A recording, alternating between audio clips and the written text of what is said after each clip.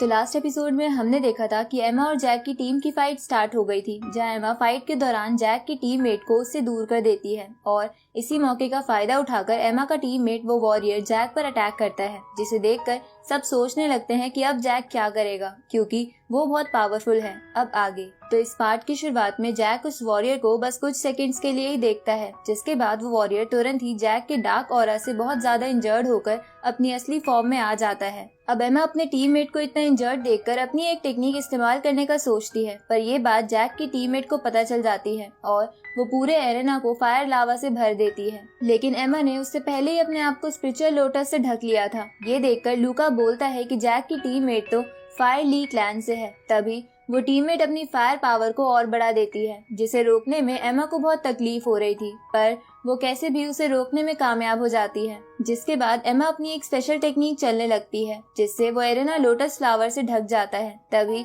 एमा lotus flower के petals यानी पंखुड़ियों में बदलकर उस टीममेट को कवर कर लेती है ताकि वो सांस ना ले पाए। लेकिन वो टीममेट अपनी बॉडी से बहुत सारी फायर रिलीज कर देती है, जिसकी वजह से एमा बहुत इंजर्ड हो जाती है और ये गेम हार जाती है। जिसके बाद होस्ट जैक और उसकी टीममेट को विनर अनाउंस कर देती है। इधर लूका ये देखकर हैरान था कि जैक ने तो फाइट के दौरान एक भी अटैक नहीं किया। इसके बाद कुछ डॉक्टर्स वॉरियर को वहां से ले जाते हैं क्योंकि वो बेहोश हो गया था। इस तरफ ये फाइट देखकर माइक बोलता है कि ये फाइट तो बहुत ही कूल थी और इसमें जैक की टीममेट जो कि फायर ली क्लैन से है, उसने तो कमाल ही कर दिया। ये सुनकर डेव माइक से फायर ली क्लैन के बारे में पूछता है, जिस पर माइक उसे बताता है कि फायर ली क्लैन एक बहुत ही पावरफुल क्लैन है, क्योंकि उस क्लैन के बच्चे 4th level of fire element के साथ जन्म लेते हैं और अगर वो कल्टीवेशन नहीं भी करे तो भी वो एडल्ट बनते ही 6th level of fire element पर पहुंच जाते हैं। इसके बाद माइक डेव को बताता है कि फायर ली क्लैन के लोगों को उनकी स्ट्रेंथ के अकॉर्डिंग बांटा जाता है, जहां जो लोग 4th से 6th लेवल पर होते हैं उन्हें फायर स्पिरिट कहा जाता है और जो 7th से 9th लेवल पर होते हैं उन्हें फायर सेंट कहा जाता है और जो 10 to 12 होते हैं उन्हें फायर डाइटी कहा जाता है। साथ ही जैक की टीममेट का लेवल 7 है, इसलिए वो एक फायर सेंट है। तभी माइक के पास बैठा कपल उससे पूछता है कि फायर ली क्लैन इतना फेमस क्यों है, जिस पर माइक उसे बताता है कि फायर ली क्लैन के लोग अपनी बॉडी को स्प्लिट करके दूसरे बंदे को जन्म देते हैं, लेकिन इस प्रोसेस में बहुत ज्यादा पेन होता है, जिसकी वजह से फायर ली क्लैन से बहुत ही कम लोग पाए जाते हैं। ये सब सुनकर डेव बोलता है कि अगर जैक की टीममेट के पास इतनी पावर है तो एमा अपने अकॉर्डिंग ठीक ही लड़ी है। तभी माइक उसे कहता है कि क्या अब तुम्हें समझ आया कि मैं क्यों जैक की टीम से डर रहा था। और जैक की टीममेट इतनी पावरफुल होने के बाद भी जैक की फ्रेंड नहीं बल्कि बस उसकी एक सर्वेंट है। ये सुनकर डेव हैरान हो जाता है। तभी माइक बोलता है कि भले ही जैक की टीम बहुत पावरफुल है, बट हमें अपनी पूरी कोशिश करनी होगी ताकि अगर हम हार भी जाएं तो हमें शर्म महसूस ना हो। तभी वहाँ एमा आ जाती है और निराश होते हुए उन दोनों से उसके लिए चीयर करने के लिए थैंक यू बोलती है। तो माइक एमा से पूछता है कि तुमको जैक के साथ फाइट करके कैसा लगा, जिस पर एमा बोलती है कि इसे फाइट नहीं कहा जा सकता क्योंकि हमें तो लड़ने का मौका तक नहीं मिला। उसी वक्त एरेना में होस्ट आ जाती है और अगले मैच की टीम्स को इंट्रोड्यूस करती है, जिसमें डेव और माइक को तियान नाम की टीम से लड़ना था। तो ये देखकर एमा डेव और माइक से बोलती है कि तुम दोनों अपना बेस्ट देना, जिस पर माइक एमा से पूछता है कि क्या तियान ग्रुप बहुत ज्यादा पावरफुल है। ये सुनकर एमा माइक को बताती है कि तियान क्लैन भी सेक्रेट डोमेन से है और वो क्लैन फाइट के लिए ही जाना जाता है। तो माइक एमा से बोलता है कि वो तो हम पता लगा ही लेंगे कि वो कितने पावरफुल हैं। इसके बाद दोनों टीम्स एरेना में आ जाती है, जहां माइक तियान टीम की गर्ल को फ्लाइंग किस देता है। तो डेव माइक से कहता है कि बेवकूफ फाइट पर ध्यान दे। अब ये मैच स्टार्ट होता है, जहां मैच स्टार्ट होते ही तियान टीम का बॉय एक वॉल्फ में बदल जाता है और तियान टीम की गर्ल कहीं नहीं दिख रही थी। तभी माइक उस बॉय पर विंड अटैक करता है, लेकिन वो विंड अटैक की पावर उस बॉय तक पहुंचने से पहले ही खत्म हो जाती है। ये देखकर माइक चौंक जाता है और उसे लगता है कि कुछ न कुछ गड़बड़ है, इसलिए माइक फायर एलिमेंट से बॉय पर अटैक करता है, पर वो बॉय माइक के अटैक से बच जाता है। तभी डेव देखता है कि उस बॉय वॉल्फ के तो 6 पैर हैं। उसी वक्त वो वॉल्फ डेव पर अटैक करता है, लेकिन डेव उस अटैक से बच के अपनी स्वॉर्ड से उस पर वार करने की कोशिश करता है, लेकिन वो बॉय अपनी स्पिरिट पावर से डेव को दूर कर देता है। ये देखकर डेव को समझ नहीं आता कि ये वॉल्फ अटैक और डिफेंस एक साथ कैसे कर पा रहा है। उसी वक्त उस बॉय वॉल्फ का ऑरा उस पर से हटता है, जहां हमें पता चलता है कि टियान टीम की गर्ल वॉल्फ बनके शुरू से ही उस बॉय पर बैठी थी और उनकी तरफ आ रहे सारे अटैक्स को नाकाम कर रही थी। अब उस गर्ल को देखकर एमा हैरान हो जाती है, जिस पर उसके पास बैठा कपल उससे पूछता है कि क्या कुछ हुआ है। तो एमा उन्हें बताती है कि वो लड़की एक वॉल्फ भी है जो वॉल्फ क्लैन में बहुत सालों में बस एक बार जन्म लेती है,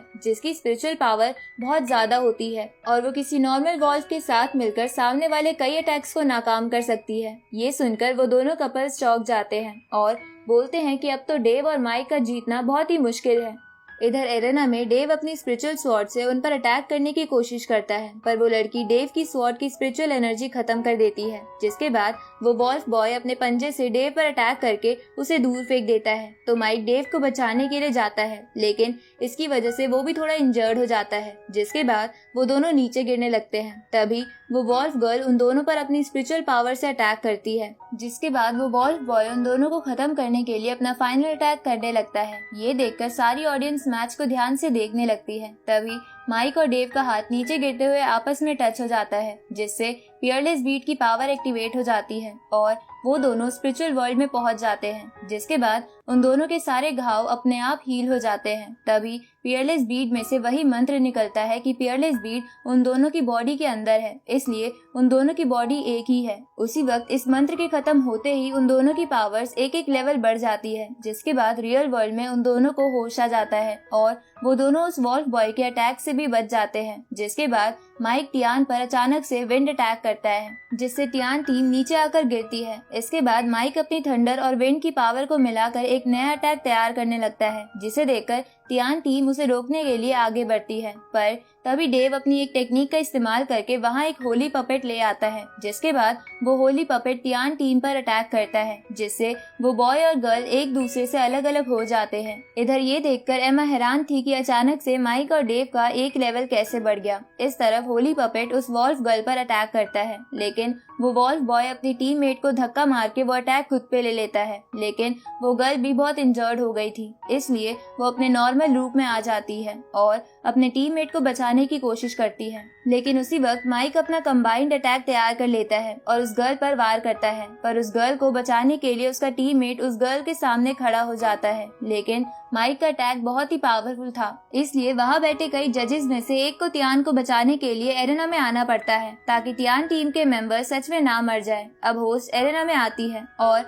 माइक और डेव को विनर घोषित कर देती है, लेकिन वो होस्ट उस जज की आंखों में गुस्सा देखकर डर जाती है। इधर वो बॉय अपने असली रूप में आ जाता है और दूसरी तरफ माइक बहुत पावर इस्तेमाल करने की वजह से थक कर नीचे गिरने लगता है, लेकिन डेव उसे सही समय पर बचा लेता है, जिसके बाद वो दोनों ही वहाँ से जाने लगते हैं। पर तभी वो जज उन दोनों से बोलता है कि तुम दोनों की पावर्स मैच के दौरान इतनी कैसे बढ़ गई थी, इसलिए मुझे तुम्हें चेक करना है, क्योंकि मुझे लग रहा है कि तुमने चीटिंग की है। तभी वहाँ बैठे बाकी कैंडिडेट्स चिल्लाने लगते हैं कि हाँ, इन्होंने जरूर चीटिंग की होगी, पर तभी आसमान पूरा काला हो जाता है, क्योंकि ये सब सुनकर जैक बहुत ज्यादा गुस्सा हो गया था। इसलिए सभी कैंडिडेट शांत हो जाते हैं और वो जज भी बिना कुछ कहे माइक और डेव को वहाँ से जाने देता है। आगे जब वो दोनों अपने कैंप के पास बैठे थे, तब माइक डेव से कहता है कि पियरलेस बीट में जरूर कुछ गड़बड़ है, क्योंकि जब मैंने तुम्हें टच किया था तो मेरी पावर्स एकदम से डबल हो गई थी और जैसे ही हम एक दूसरे से थोड़ा दूर हुए तो मेरी पावर्स फिर से घटने लगी। ये सुनकर डेव माइक से कहता है कि हो सकता है पियरलेस बीट का हम दोनों के डिस्टेंस से कुछ रिलेशन हो, जिस पर माइक बोलता है कि अगर ऐसा है तो हमें ये डिस्टेंस वाला रूल टेस्ट करना चाहिए, क्योंकि ये पियरलेस बीट की पावर हमें जैक से लड़ते टाइम बहुत फायदा दे सकती है। ये सुनकर डेव कहता है कि हम इसे बाद में टेस्ट करेंगे, फिलहाल हमें आराम की जरूरत है। तो ये सुन के माइक अपने कैंप में चला जाता है और डेव वहीं बैठकर मेडिटेट करने लगता है। रात को बाहर का मौसम बहुत खराब हो जाता है, तो माइक डेव को कैंप के अंदर आने को बोलता है, पर डेव नहीं मानता। तो माइक डेव से कहता है कि तुमसे कोई पैसे नहीं लूंगा। ये सुनकर डेव तुरंत ही कैंप में आ जाता है। तभी माइक को भूख लगती है, तो वो अपने बैग से खाना निकालकर चिकन विंग्स को खाने लगता है, जिस पर डेव धीरे से अपने आप को बोलता है कि ये सब मोह माया है, इस पर ध्यान मत दे। पर ये बात माइक सुन लेता है और जानबूझकर डेव को चिकन विंग्स की खुशबू सुंघाते हुए उसकी तारीफ करने लगता है, लेकिन डेव खुद पर से कंट्रोल नहीं जाने देता। तो ये देखकर माइक बोर हो जाता है और चिकन विंग्स खा के कैंप के बाहर आ जाता है, जहाँ बहुत तेज बारिश हो रही थी और बिजली कड़क रही थी, जिसकी वजह से कई लोगों के टेंट उड़ जाते हैं। अब माइक बारिश, तूफान और लाइटनिंग से अपने वाटर, विंड और थंडर एलिमेंट की पावर को कल्टीवेट करने लगता है। ये देखकर वहाँ खड़ा वो कपल कहता है कि लगता है माइक पागल हो गया है। थोड़ी देर बाद उन तीनों एलिमेंट्स की पावर बहुत ज्यादा हो जाती है, जिसे माइक झेल नहीं पा रहा था, इसलिए वो दर्द के मारे चिल्लाने लगता है। पर उसकी ये आवाज डेव सुन लेता है और बाहर आकर माइक के अंदर से एनर्जी अपने अंदर ट्रांसफर करने लगता है, जिससे माइक का दर्द कम हो जाता है। तभी वो दोनों फिर से स्पिरिचुअल वर्ल्ड में चले जाते हैं और इसी के साथ ये पार्ट यहीं खत्म होता है।